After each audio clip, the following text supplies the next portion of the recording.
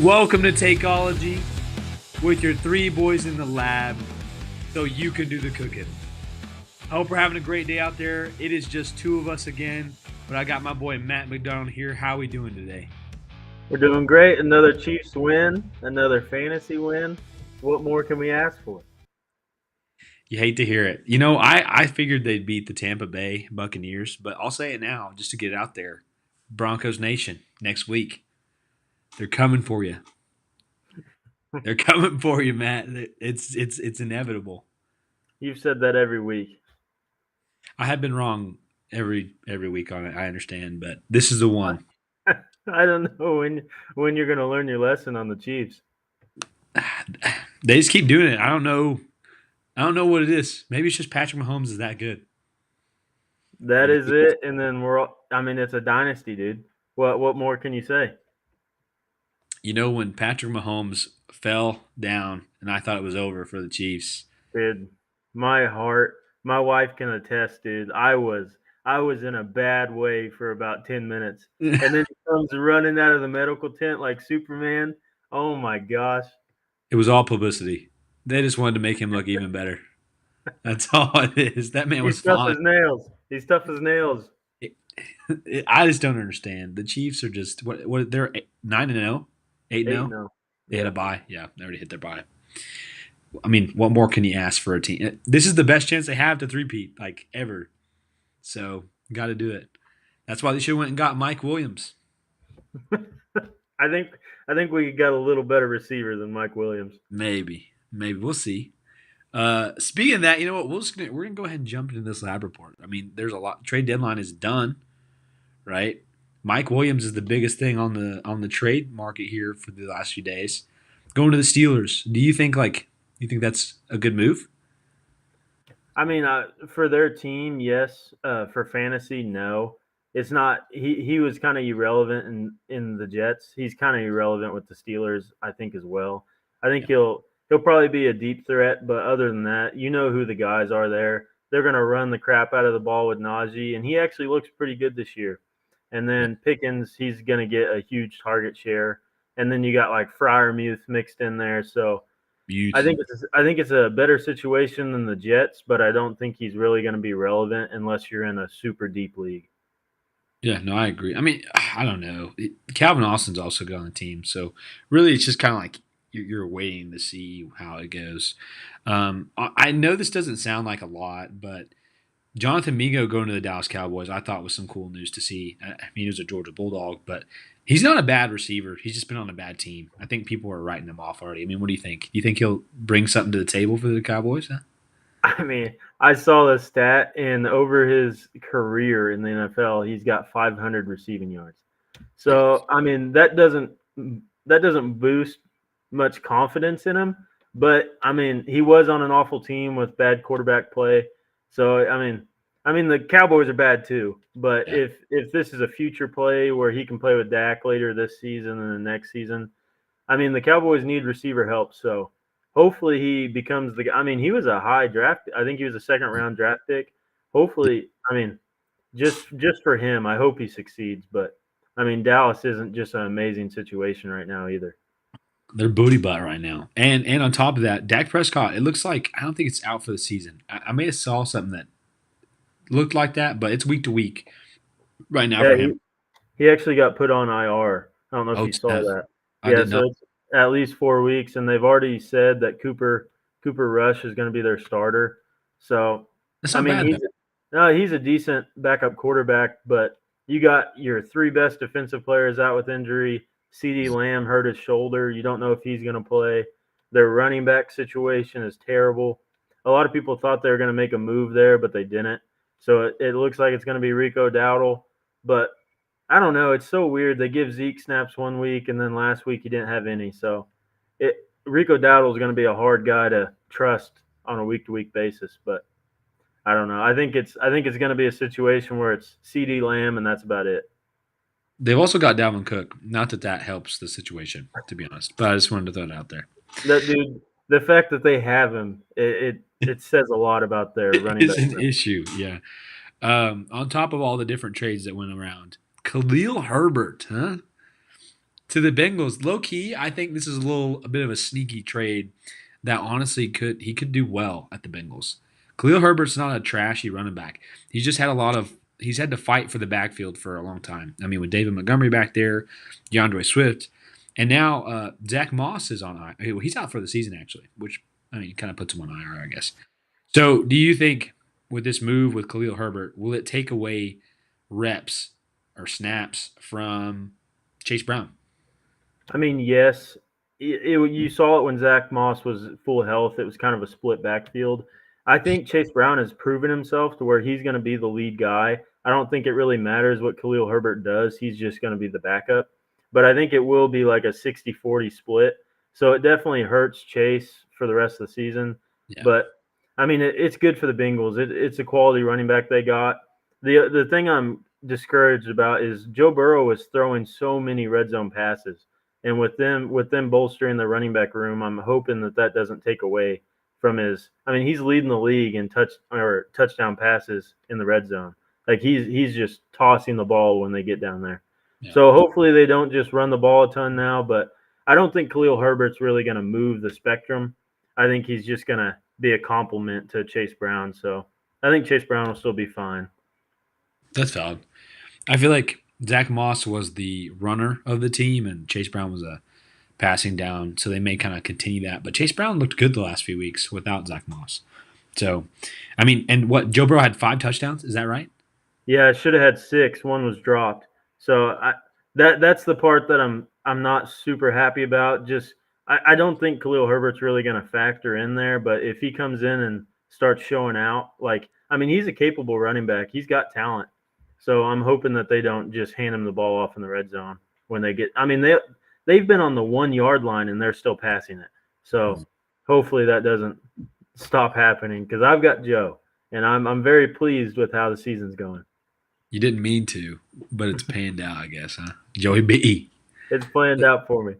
Kyler Murray's actually been cheeks, so honestly, it's been better for you. So I know Avery has that piece, but just to say the word Avery, let's talk about this. You had one of the both of us really had a nail biting fantasy matchup. How does it feel to be a winner this weekend with me here? Finally, I mean you've experienced it more than I have, but about time, huh? It feels great, yeah, because I've if I lost this week, I kind of would have been out of the running for the 1 seed.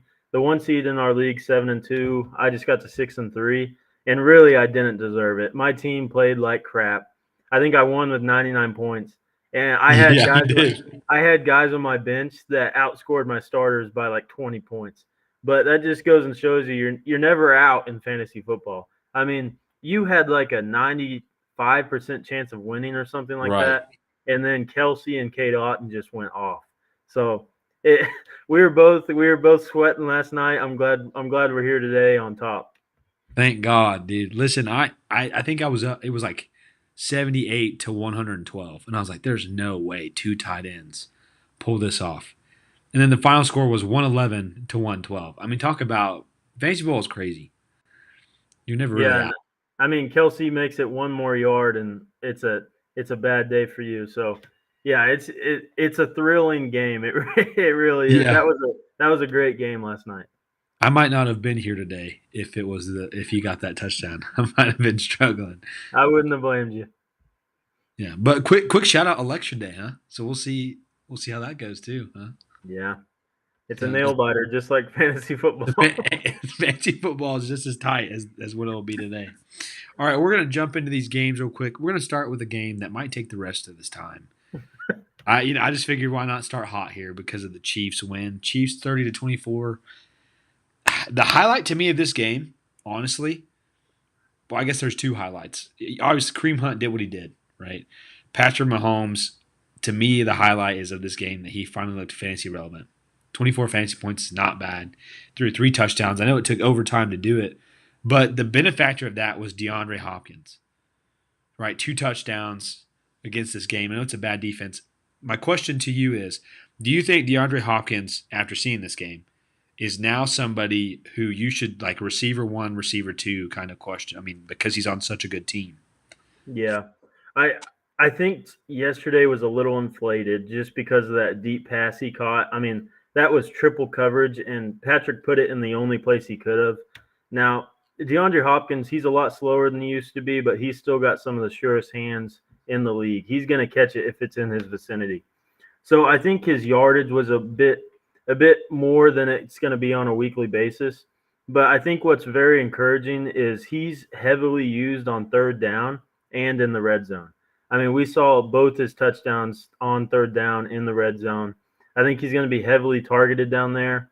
And just to touch on Kelsey as well, Hopkins being in there has changed the game for Travis. I mean, he's still doubled on a lot of these plays, but he is the type of player that you're going to have to triple him or bracket him, and or he's going to get catches. And last night the touchdown wasn't there, but man, he caught a lot of balls, and that's super encouraging if you have Kelsey in fantasy. But back to Hopkins, he looked good. I think it's going to not be to this level on a week to week basis. So I would comfortably say he's going to be like a wide receiver 2. Not I don't think he'll be a 1, but I think like tough matchups are going to hurt him. He's not as fast as he used to be, so he struggles separating as well. But Patrick Mahomes is the type of quarterback, if he has an ounce of separation, he's going to get him the ball. That's why I think he's easily a wide receiver 2. I mean, we have McCole Hardman making plays on this team. So if we have D Hop just get a couple inches of separation, Mahomes is going to get him the ball. Yeah, I mean, if you're anyone of a competent, like legit receiver, Patrick Mahomes can make you relevant. I mean, to me, I kind of thought DeAndre Hopkins would kind of look like the Rashee Rice, like look up that kind of value with 9 targets. I mean, I hope it continues. Even though I traded him away, I do hope it continues just because I like DeAndre Hopkins as a receiver. On the Buccaneers side, real fast, Kate Otten, dude. Yeah, there's no way he should be on waivers at this point just because he's played so well. But if he is out there, you got to go grab him at this point because even with Mike Evans possibly coming back, he's going to be the number 2 guy or the number 1 guy on this team, and it's very obvious. I mean, against a good Chiefs defense, I know they like let up a lot for the tight ends. This dude ate. I mean, how many yards was it? 7 yards and touchdowns, 11 targets. That's crazy. You know, so Yeah, the offense is ran through him. It really is. And without these top receivers, he's going to be getting 8+ targets a game, and he is on the field legitimately the whole game. mhm. He is going to be out there, and he's going to get targeted. And like you said, I I would almost guarantee he's not on the waiver wire. But by some stroke of luck, if he is, I Yeah, would, if it's a fab system, put all your fab on it. If it's just waiver priority, just pick him up if you can because he's legitimately a league winner without these receivers. And Mike Evans, I know it's just a hamstring, but he has hamstrings all the time. every So year. if this is something that could flare back up, and Auten could be a league winner for the rest of the season. So he's going to be phenomenal. And I just for a second, Baker Mayfield, he has looked amazing. I mean, he took Patrick Mahomes to the ropes, and he doesn't have any receivers on this team. Palmer was making plays on any other team, with the exception of maybe the Chiefs. He's irrelevant. So Baker making it work with this cast around him, it's just so impressive. And I'm very happy for him because it looked like he was on the way out of the league, and now he's found a home, and he's playing fantastic. The Bake Show. I'm a huge Baker Mayfield fan. I just love his attitude and how he plays the game. Just like how he approaches it. His style is fun to me. So I'm glad he's doing good. I believed in him a long time ago. And I was hated on for it. But you know what? It's turned around. Sometimes you just gotta stick it out, you know what I mean? That's Even true. I even liked him on the Browns and the Rams and the Panthers. So he was cheeks on those teams, but I'm glad it's turned around. Real quickly, we'll talk about this game, not because I want to, but because it'll be a fast game to talk about. Atlanta Falcons versus Cowboys. The Cowboys suck.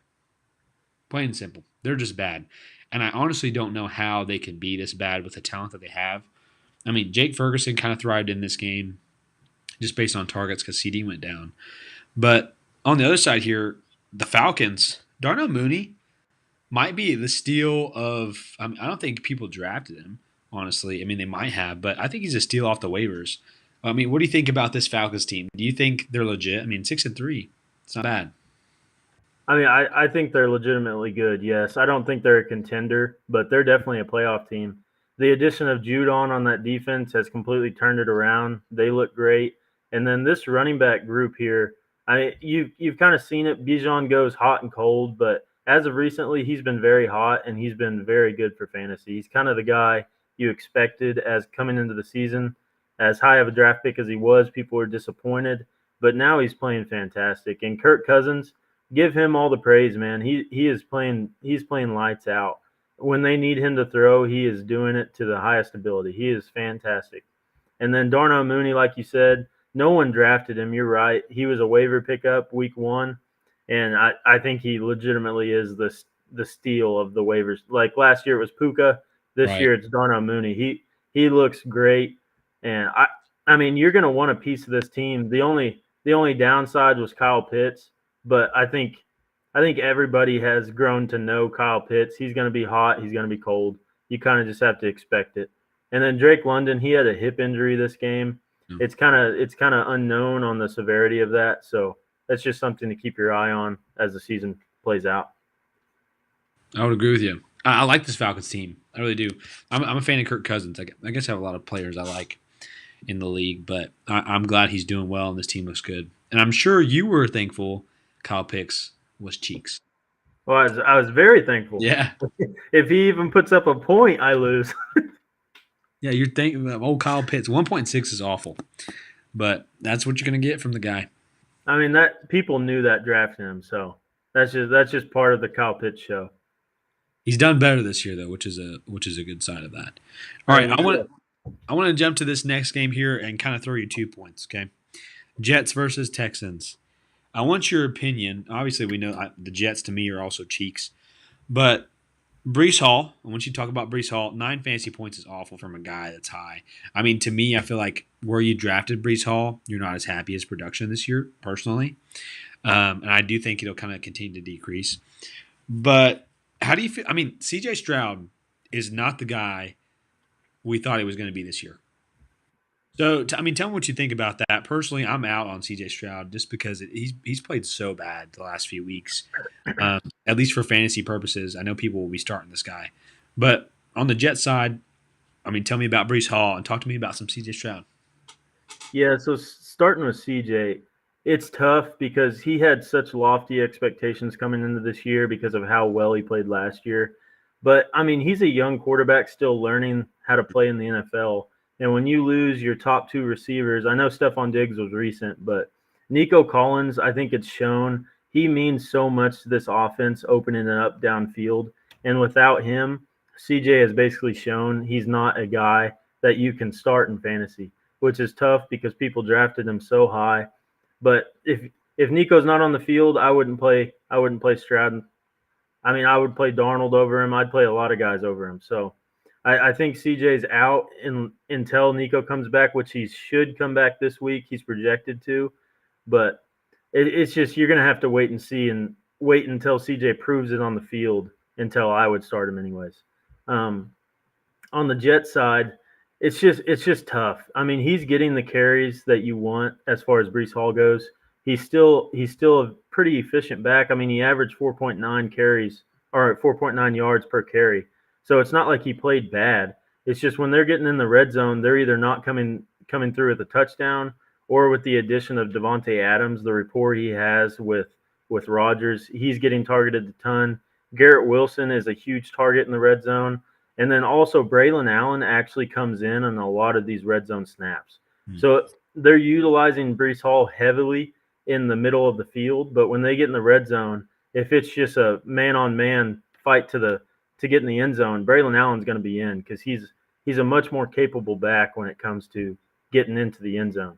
Which Right. he didn't play well this game. He only had 4 carries, but Brees Hall is just a huge disappointment because you drafted him so high, and no one expected Braylon Allen to be involved like he is. But I think a lot of Brees Hall's struggles is just the fact that the Jets stink. They're not a good team, and with the addition of Devontae Adams, they're just going to be throwing the ball more. So I think it's a huge downgrade for Brees, and he's a good player, but he's not going to have boom weeks like we expected coming into the season. He's going to get you that 9 to 10 points a game. Yeah. I think what elevated him so much last year was because they were so bad, but also they ran the offense through him. I mean, Zach Wilson threw him that ball every chance he got out of the backfield. Kind of like an Alvin Kamara effect, like a PPR machine. So it's been kind of unique to see with the Aaron Rodgers throwing it deeper, obviously, and up the middle. It's kind of lost some value to Brees Hall. On the Texas side, though, I think I agree with you there. You're sitting CJ Stroud unless Nico comes back. You're starting Joe Mixon every day, all day. That man is a dog. I've loved seeing him pop off. So that's been nice to see. All right, Ravens Broncos. Now I know I said the Broncos are going to beat the Chiefs, and this does not help my argument.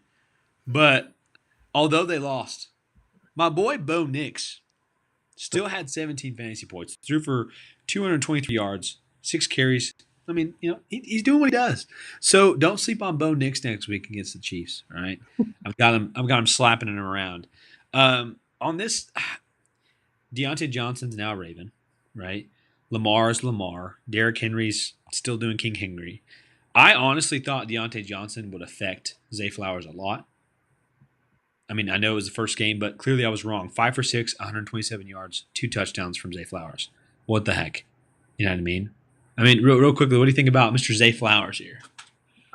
He's a very capable receiver.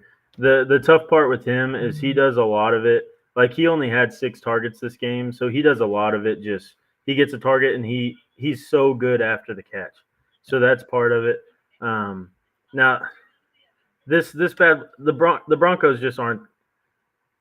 I'll keep my pick. I just don't think they're ready yet to be up to par with these teams. Now they have a great defense. Bo Nix is playing well for a rookie quarterback. I'm not denying that. But next week, I've told you this. I think this is a trap game kind of for the Chiefs. The Bills game's right after it. I guarantee they're more focused on the Bills than they are the Broncos. Yeah. But this is not a game I would play Bo Nix. Our defense is really good at getting to the quarterback, and I just wouldn't play him there. But they might beat us. Now, as far as this game goes, the Ravens got up early. They got to running the ball. I mean, when you have a running back like Derrick Henry, how wrong I was on him, dude. He looks like a spring chicken. He Great. looks so good. I mean, his touchdown, you can guarantee on a touchdown every single game. Yeah. More times than not, double. Which is, I mean, you're ecstatic about him. Lamar is playing at a high level, but you saw last week that the Ravens can lose to anybody. So it's really they're a weird team. They win in such dramatic fashion, and then they just lose to a bad team. Yeah. But I will give you Broncos credit. Bo Nix is playing good.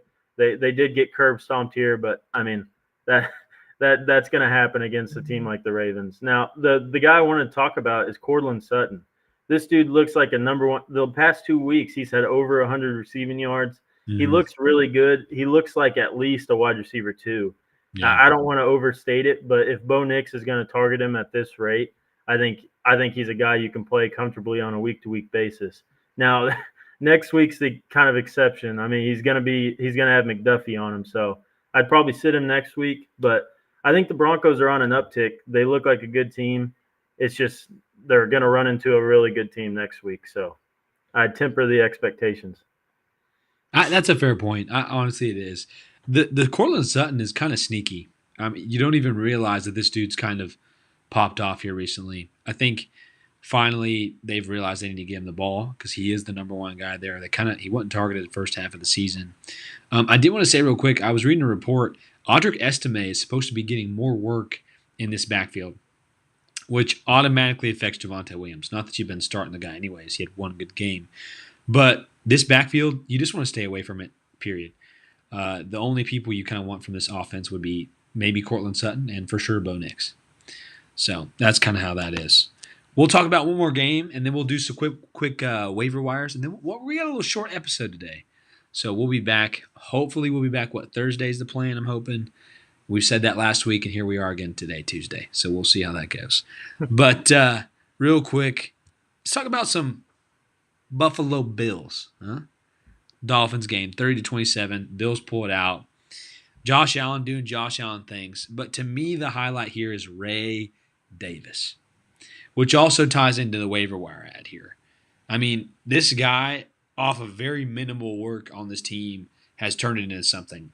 So if for any reason James Cook got hurt, which is possible, it's already happened this year, Ray Davis to me is that next up guy. So that's one side of it. And then obviously the Dolphins kind of finally are starting to look a little bit like they used to. Tua's got his second game back.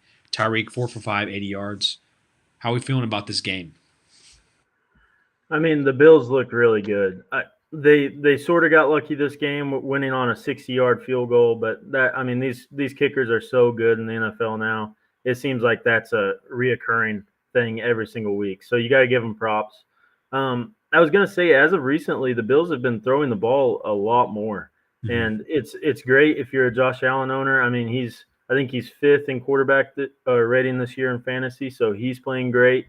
James Cook, I don't really. I mean, they were up a lot this game. They were passing a lot, so I don't want to read into it too much. But you're right. Ray Davis has ate into these carries a little bit, and I mean, he only had four this game, but James Cook only had 10, and Ray Davis looked like the more explosive back. Now, I know James Cook's coming off a turf toe injury, so that's going to be painful. So it's going to take him a little bit to come back. But you're right. If James Cook ever gets hurt again this season, Ray Davis is like almost an automatic running back one.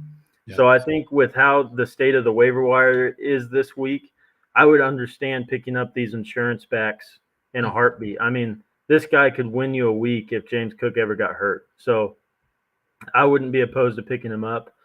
And the Dolphins, their offense looks good, but man, they're nearly out of it this year. I mean, at 2-6, it's going to be a tough hill to climb.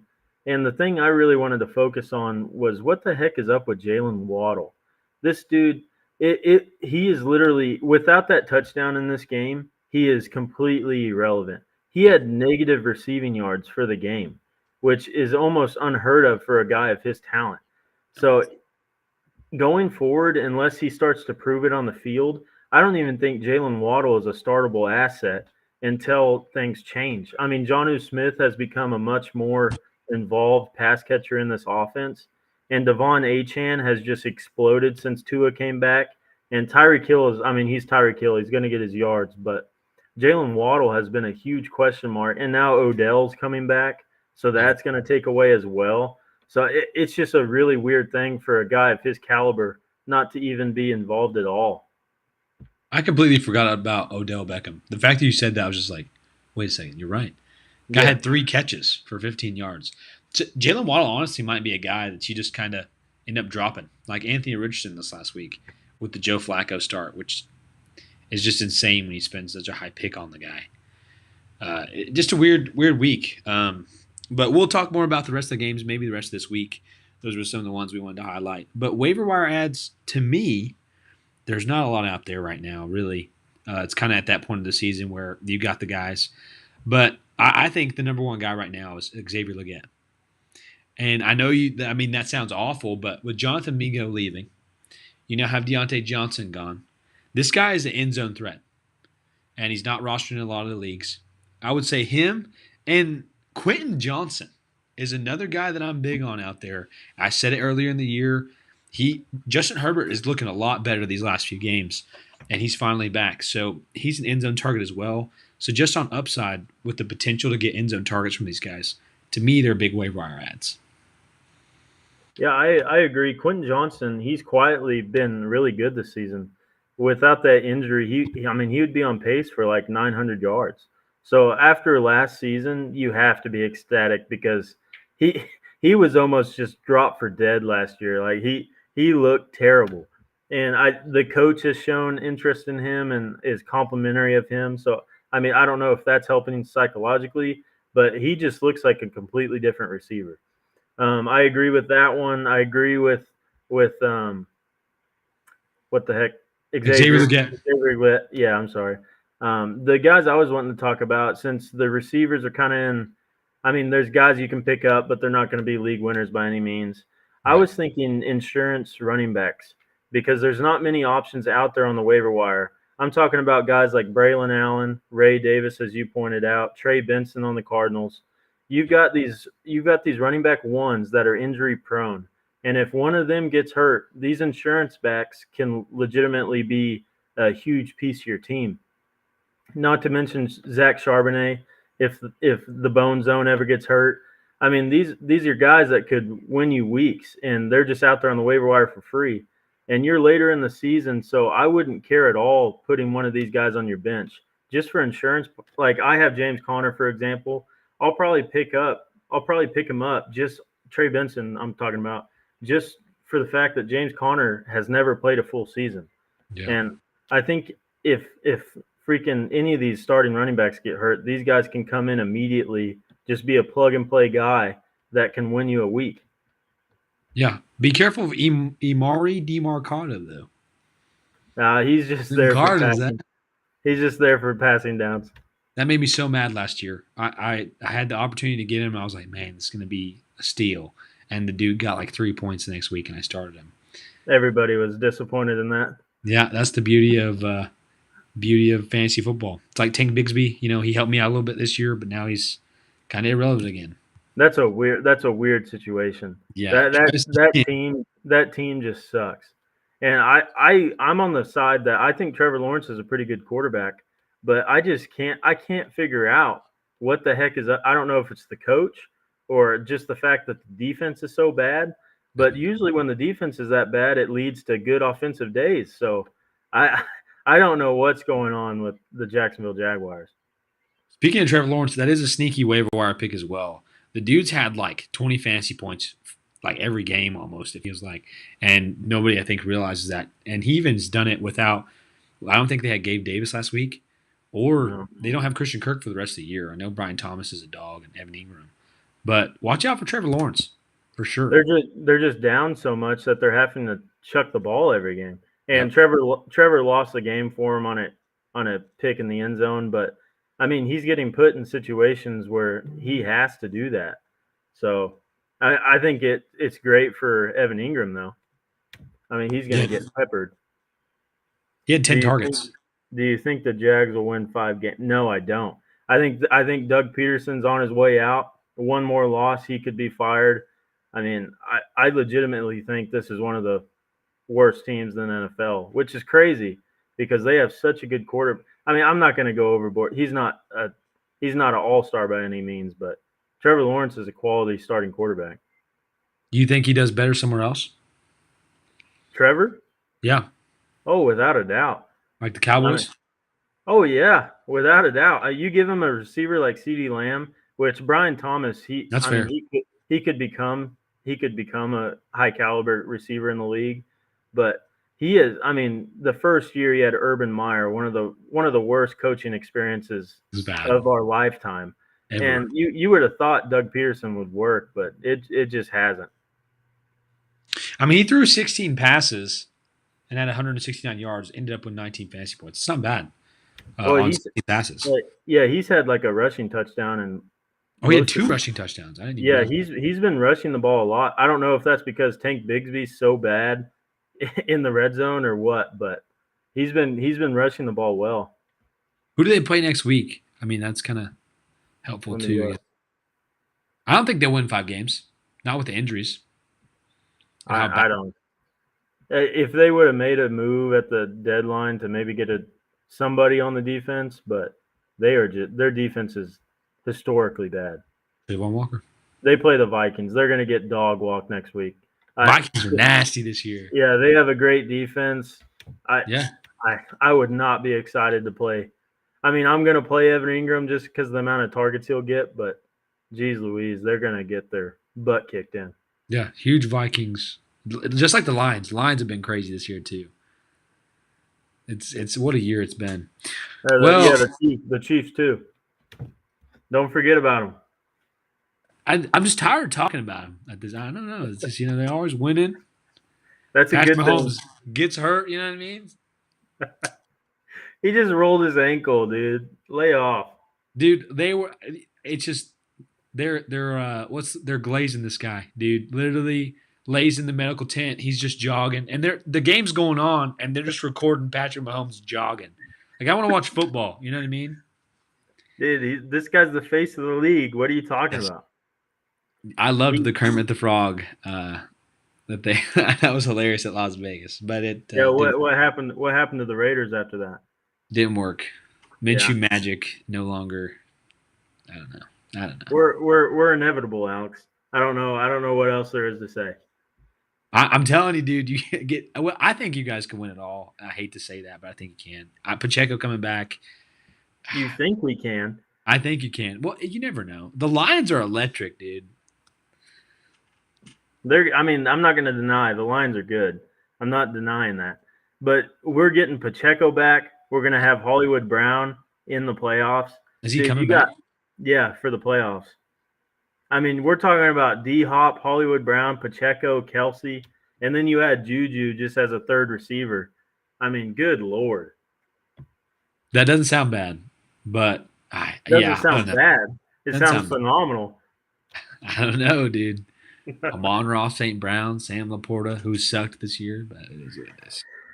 What a It is what it is. disappointment, dude. Yeah. It Thank has God been. we didn't. Thank God we didn't draft him high. I would have been in a pickle for sure. I had some awful draft picks this year. And my team's not. I like. I don't even think I have the same team at all. Hey, Essentially, you're in it. I turned it around though. That's all manager work right there. Because man, it was bad. Anthony Richardson, Travis Etienne, Michael Pittman Jr. It's just been awful. It's just been awful. Thank God for trades and stupid trades too. Well, Yeah, that brings us to the end today. A little bit of a shorter episode, probably the shortest episode we've ever had. Honestly, we're just yappers in yeah, we heart. do a lot But of yapping. I mean, we could sit here, I think, all day and talk about football, which is a good thing.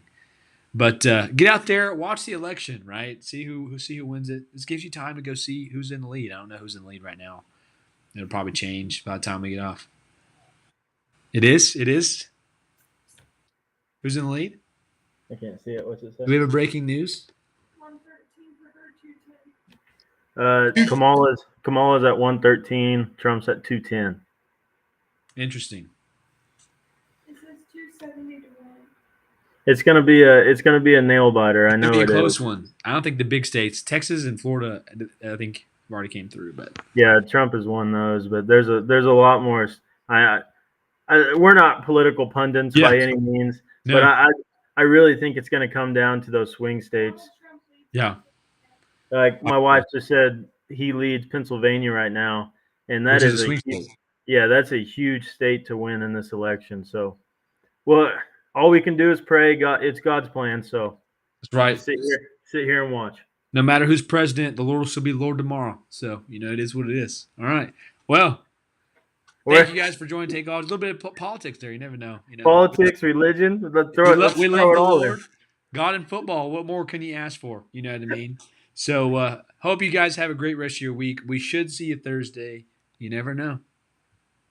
You never know.